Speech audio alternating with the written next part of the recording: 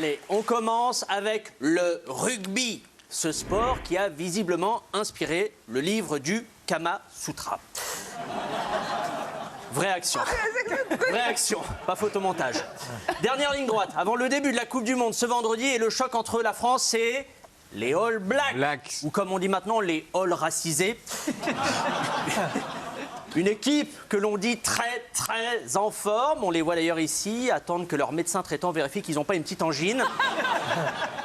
Et même si la France reste l'une des favorites du tournoi, vaincre les All Blacks reste un exploit, car pour ceux qui n'y connaissent rien, en rugby, la Nouvelle-Zélande, c'est l'équivalent du Brésil en foot ou de l'Allemagne en faute de goût vestimentaire. Lui, c'est le vainqueur allemand des reines du shopping, pour info. On continue avec l'inflation, ce mot qui fait très peur alors qu'il ne porte même pas l'abaya. Une hausse... C'est vrai. Une hausse des prix qui pousse certaines marques à se mettre à la shrinkflation. Shrinkflation, c'est la contraction du mot anglais shrink qui veut dire réduire et du mot inflation qui veut dire produit de la marque Apple. 190 balles les AirPods, même mon garagiste, il l'aurait pas tenté. Dans les faits, la shrinkflation, c'est ce que font ces marques lorsqu'elles baissent la quantité d'aliments dans un produit sans en diminuer le prix. Exemple, Findus aurait divisé par 4 sa quantité de ragondin dans ses lasagnes au saumon.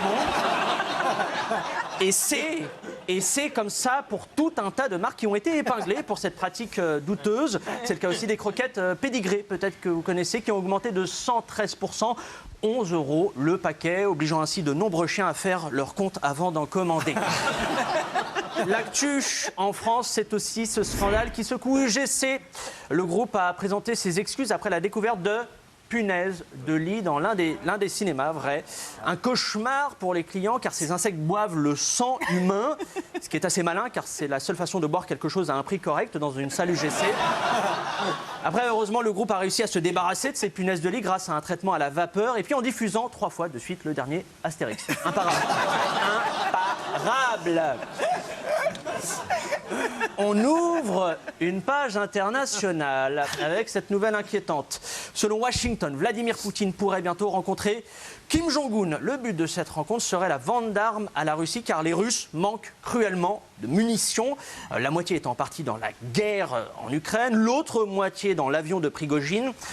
Alors ce rapprochement entre Moscou et Pyongyang n'a en tout cas rien de surprenant puisque les deux dirigeants s'entendent très bien dans la vie. Ils sont d'ailleurs tous les deux champions de je te tiens, tu me tiens par la barbichette avec un record commun de 32 années sans le moindre rire. Balèze.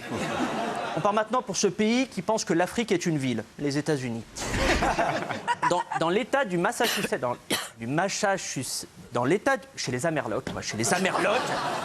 des écoles catholiques imposent aux élèves de se comporter de manière conforme à leur sexe biologique. Alors l'un des établissements précise même, je cite, vraie citation, prôner, célébrer ou exprimer une attirance pour le même sexe pourrait perturber la vie de l'école au quotidien. Et c'est vrai que personne n'a envie que les élèves soient distraits pendant les fusillades.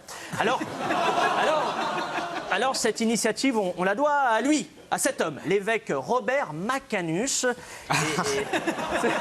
C'est son vrai nom. Non mais j'ai rien dit. Et moi je le trouve, je vous le dis, un peu gonflé de demander aux hommes de se comporter comme des hommes alors qu'ils passent son temps habillés en Roselyne Bachelot. Oui, c'est vrai. Enfin, une petite étude qui va parler à toutes les femmes et à tous les pervers, et je sais qu'ils sont nombreux à nous regarder. Les Françaises délaisseraient de plus en plus le topless sur la plage. Oui, c'est vrai.